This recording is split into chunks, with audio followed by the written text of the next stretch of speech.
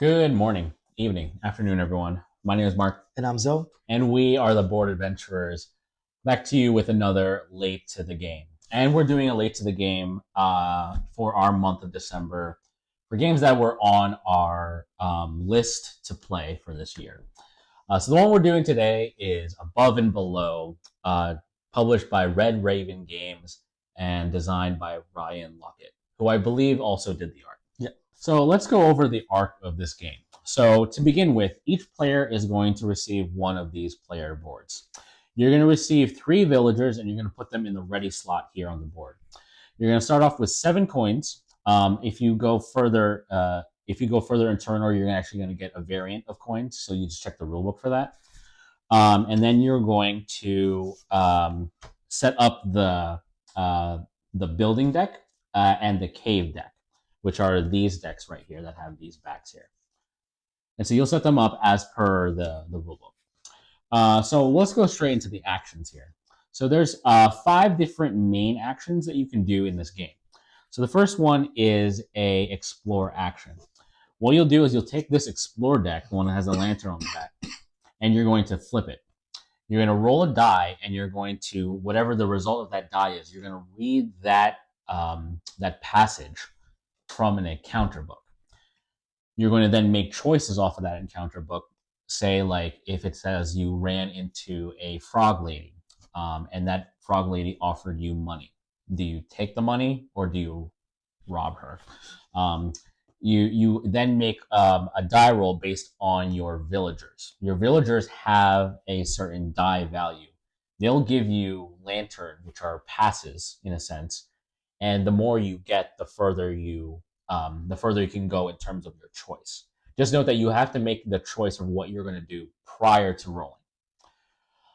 If you still can't get the value of the scenario, there's an option for you to exert.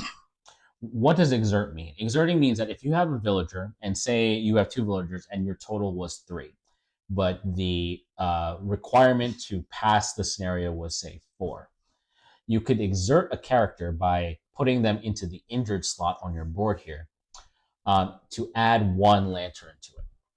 And then that would give you the pass. You then read the passage out if you pass it, and then if you don't, then nothing would happen.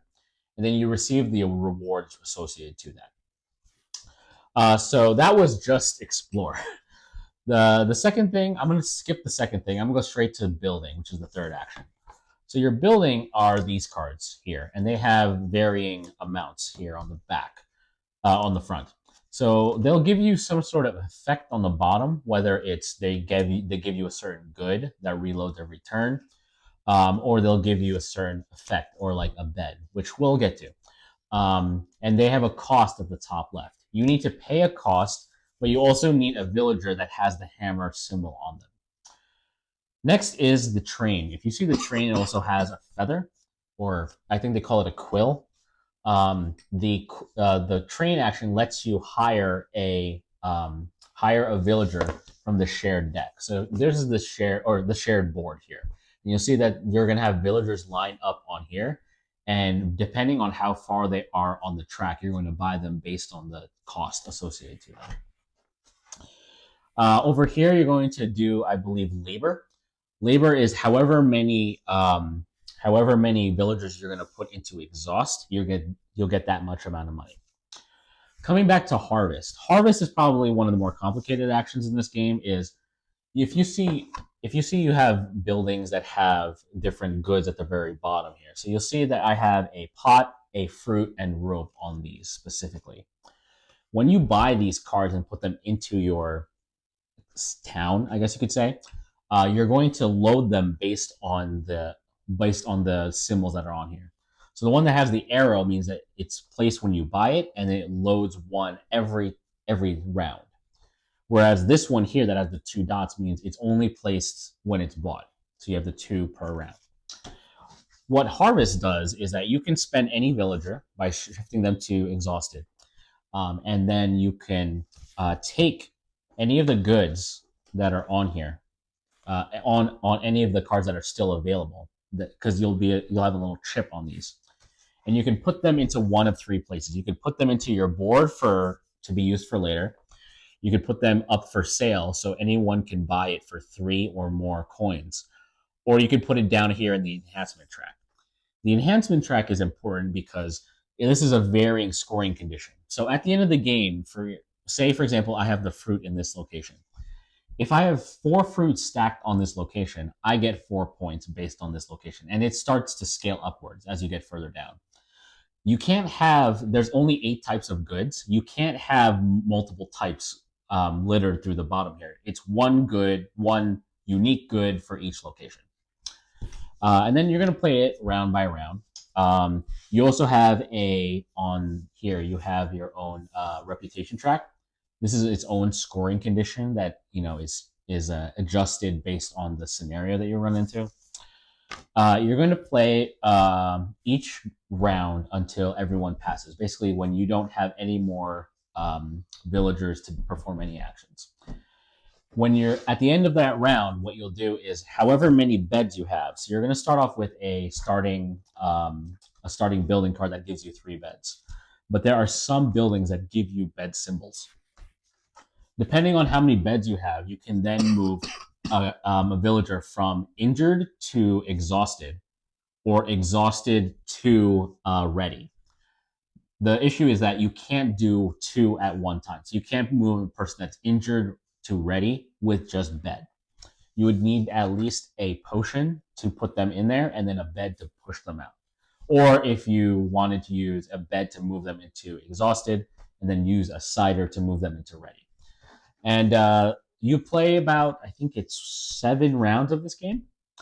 And then you'll count victory points, which are based on your building tiles, how many buildings you bought, effects of those buildings, where you are on the scoring reputation track, and mainly is this enhancement track down here. So that is really how you play above and below. What do you think? Yeah, so Above and Below was on my list of games to play for 2024. And that's really off the back of playing Sleeping Gods for the first time this year. It's a game I really enjoyed. That is a campaign that we completed, and it ended up being in the top 10 games of all time for me, which really was the precipice for adding Above and Below to that because I owned Above and Below, and I was like, okay, now I've really got to play this game. Upon playing the game, it was a bit of a disappointment for me. And I think the reason why it was a disappointment for me is because I played Sleeping Gods and then went back to play this. So you can kind of see the bones of what ends up being Sleeping Gods, but not the same enjoyment. I see. I think of even the encounter book. The encounter book is a great idea. You kind of do these checks. You read this little paragraph, a little story, and you have to do a check to see what happens at the end of the story. While playing this, I can't help but think of the similar idea in Sleeping Gods and how the stories in Sleeping Gods are so much better than the stories here. Similar in some ways, and it helps because Sleeping Gods is a campaign that so kind of connects. Right. But end up being like I start to not care so much about the encounters in this in terms of like the actual story. It's become less interesting. And really, the gameplay loop of this didn't really intrigue me as much either, which is really just collecting resources and it's kind of like set collection, yeah, and like moving your people around, which is cool. I just didn't end up loving it. I just came away from it being like, this is okay, but this I could see aspects of the game that end up being sort of Sleeping Gods, and I see. That's kind of where it came down for me. What about you? Yeah, so I guess I'm the opposite. So I had played Above and Below first, and then went into Sleeping Gods. So I can kind of see reverse progression of everything. When we first I had played it with like my group from college, this Above and Below game, and this was like years ago. We got pretty into it the first time because we never read like an encounter book in terms of in games. And we thought the idea of it was novel. Yeah. We played maybe like 5 to 6 straight rounds of it at one night at one point. Mm-hmm. But then we got to the point where we realized that we were kind of getting to the same passages from Mm. game to game, because sometimes you can possibly overlap, and that's with like rapid gameplay. So you'll know what you're kind of like looking for. Mm-hmm. My, I guess, going backwards into like looking at it now was a lot of the passages are very die dependent. Yeah. And what you receive from there is really dependent on that scenario. Mm-hmm. So there's not really a main way to fish for some of these goods. Yeah. Like if I was to go back again to the board, is that there are three common, three uncommon, and Mm-hmm. two like relatively rare types of goods in this game. I think in like the games that we've played together with this, Mm-hmm. I didn't draw any of those rare ones, Mm-hmm. and you were fortunate to get both of them in a couple of the games that we played. Mm-hmm. So really, it's very passage dependent. And the other thing is that when it comes to like you're kind of building a tableau out, right? With your buildings, you have your upper building, which is above, Yeah. and you have your cave, which is below. And Mm-hmm. you need a cave for you to build another building. You know, Mm-hmm. one of those they're outposts, I think they're called. Yeah.